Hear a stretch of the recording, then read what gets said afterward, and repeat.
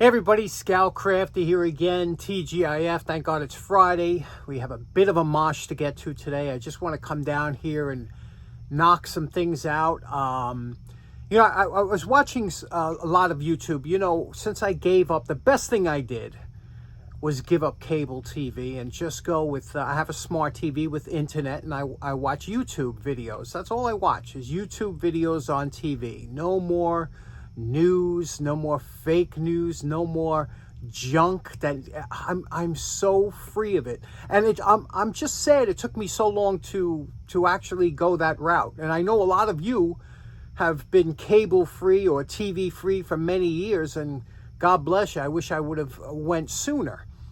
But, however, it's been a few months, and I got to tell you, what a difference. What a difference in everything. But I have to tell you, and I haven't been depressed in a while because I don't see the news or anything like that. With YouTube, you can pick what you want to see and what you want to watch, right? Different channels. But yesterday, I suffered just a little bit of depression because I was watching this guy's channel called The Zach Life. Great guy. He's out in northern Texas. He has a couple oil wells. And he goes out there and he shows you how he fixes these oil wells and fixes this and fixes that. And I love his channel. I love his videos. The problem is, sometimes I get depressed because I think there's so many things I don't know. There's just so much out there that I should feel like I should know, and I don't. And it kills me. And that's why I think YouTube is the greatest thing that ever is on the internet, because there's so many how-to and so many things you could learn from YouTube. Unlike like a TikTok where, it's depraving. TikTok is kind of used just entertainment, frivolous entertainment. But YouTube, there's legitimately great things on YouTube you can learn a lot of stuff from. So, but I was a little depressed. I was like, man, I was looking at Zach and I'm like, this guy knows so much.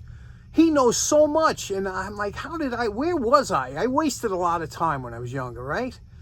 Fooling around and messing around, and I wasted a lot of time. But, and then now it's too late. I'm near the end of my road, and I'm sitting there and I'm trying to cram in as much as I can every day.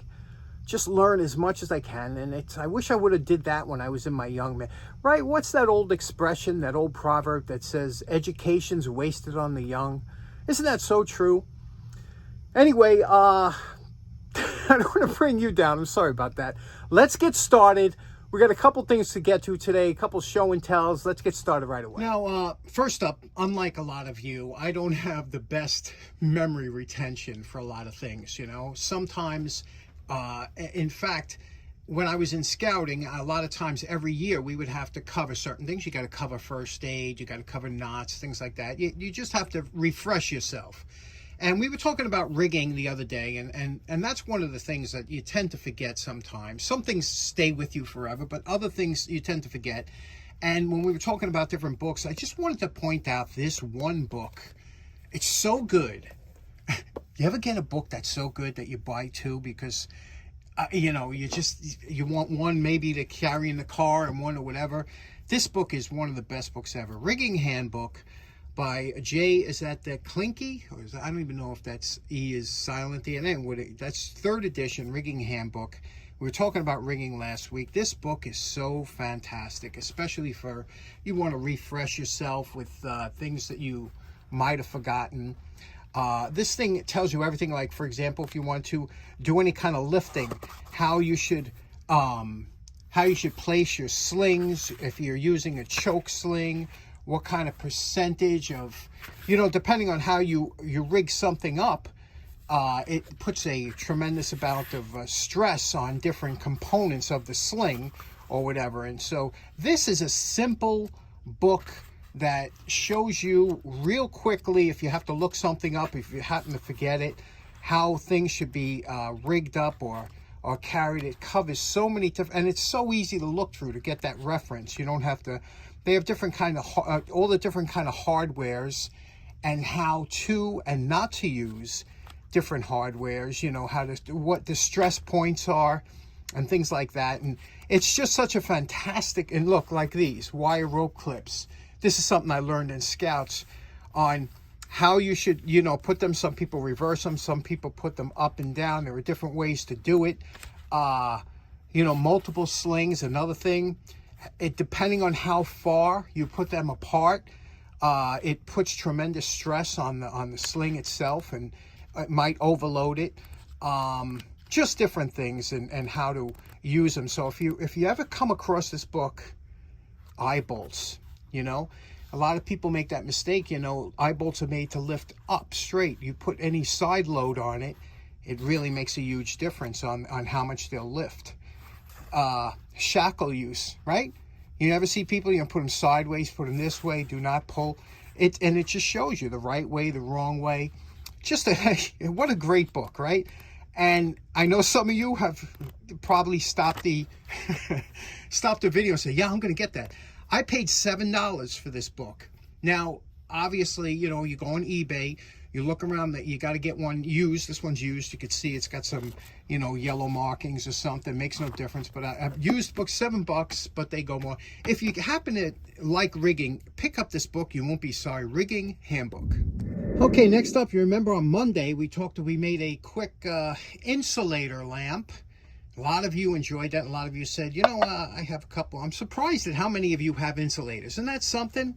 Just goes to show you, you know, that we are on the same mindset here. Anyway, a couple people said they had clear ones, you know, and I had this LED nightlight. I bought these at the dollar store a while back. I bought a bunch of them because I just thought they were so cool. And what it is, it's a LED bulb, you can see here, that actually changes colors. Goes from, like, here, see, it says color changing nightlight, and it goes from green, blue, and red. So it's really cool. And I said, I wonder if we can adapt this to go into here. Of course, we'd have to clean this up with some Barkeeper's Friend. You can see, not that this is very dirty, but it's got some gunk in there. So we'll clean that out, and we'll see if we can't take this apart, see what makes it. It has a nice switch on it. They work great, but there is a Phillips screw. Let's take this apart and see if we can adapt this to go into a piece of wood. Okay, now you can see here there's a spring for the switch here. Okay, pretty stiff spring there. Boy, you can't even push that in. That's some spring. So that's one half. And then we have the blades for the plug are soldered into this little board here, the circuit board. I feel like Big Clive, right? And now this slips out. Okay, that pulls out there, and then I guess this board will pop right out. Should pop right out. Let me see what we can do. Okay, just push these blades through. Okay, and there we go. This is the extent of it. So what we have is a small circuit board here. Look at this. Wow. This one here. This is amazing.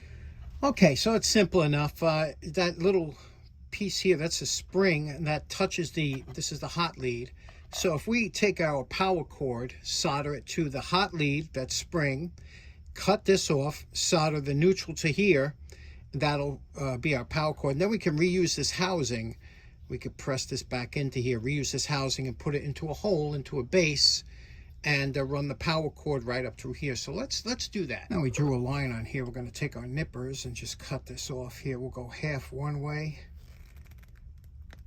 okay, half that way, and half the other way, so it don't it's much easier to control that way. Okay, now we'll grind it, smooth that out. You know what's funny? When I go on my walk and I grab a lot of these appliance cords, I always grab the thick ones because I do a lot of motors and things like that. Now I want a thin one, and I really don't have one, but this one here is thin enough, you know. Now, basically what we're going to do is run it through here, okay? Run it through here, and then we're going to hook it up. Remember now, this, what we cut off was the neutral. The hot, or was over here. There's the switch. That's where the switch went to, that little spring tip. So we're going to solder the hot lead of this, which is the smaller tab. The hot will go to this side, and then the neutral will solder to here, and then we'll put it together, and make a quick base. Okay, you can see it's plugged in. It is working. It's changing colors. I don't know if you could pick that up too much, but you can see we just ran the cord in here. It's soldered in there. We're going to place this into the base and then put the insulator over it. So let's do that real quick. Now we're going to take a piece of scrap wood. I found this, and what we're going to do is we're going to draw a circle and then cut that circle out. Now, in order to mount this piece of wood in the lathe, I use a Forstner bit. I have the center mark there from where we did with the compass, and I will just put a little recessed hole in here that we can grip with the lathe chuck. There we go. You see that little recess? Now that will allow me to mount this right into the chuck. I'll cut these corners off with a handsaw. Okay, here we are at the lathe. Remember I cut that little recess, right? This here goes in and out, you see? So put this up against it, put it nice and flat, and instead of having the jaws go in, you have the jaws come out. Tightens up against it, nice and tight. Then you turn it on, you just give it a spin. And there we go. Now we'll straighten this out, make it round, and we'll do the appropriate holes that we have to do.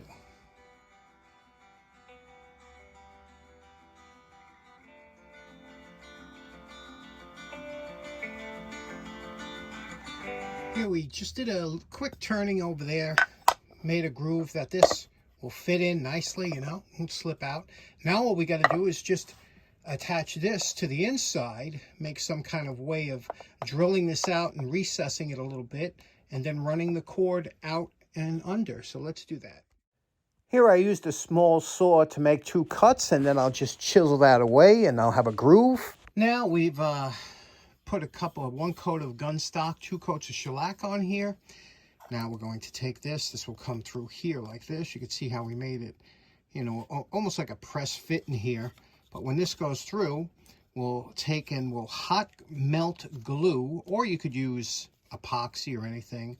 We'll hot melt glue this cord here, and we'll put a little, then if you want, you can cover it with a little felt on top, and we're coming good with this. Let's get that done. And there we go. It's hot melt glued in there. We also put, we hot melt glued it from both sides, but we also put a piece of felt over here, so it's nice and soft. We have the cord coming out here, acts as a strain relief. And we cleaned up our Pyrex. Pyrex was originally a glass company out of Corning, New York. And boy, isn't this a beauty, huh? We cleaned it up nice.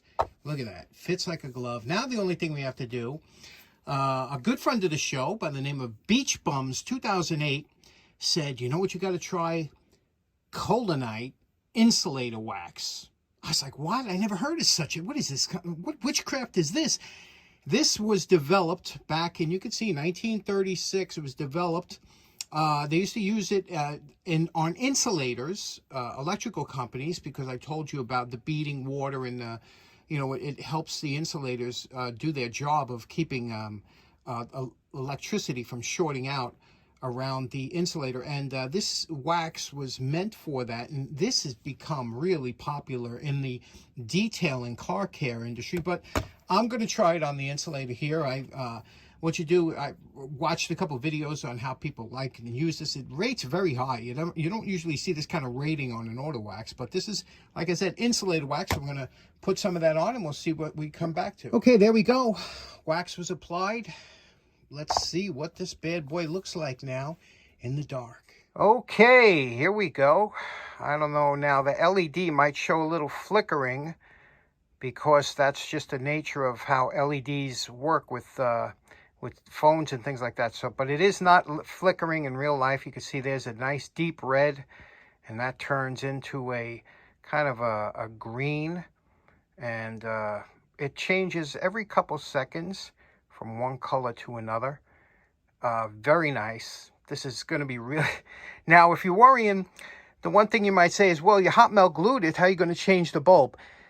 This, you're going to have to change the whole thing if you want to change the bulb. The problem is, I gave my girlfriend 2 of these 5 years ago, and she's had them on all night, every night for 5 years, and they haven't gone out. So I think I'm good. Especially, I'm not going to leave these on all the time. What do you think?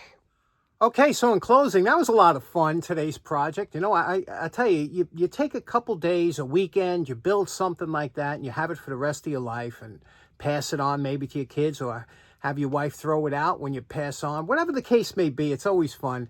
Hope you enjoyed today's project. We'll see you again on Monday. Have a great weekend. Take care now. Bye-bye.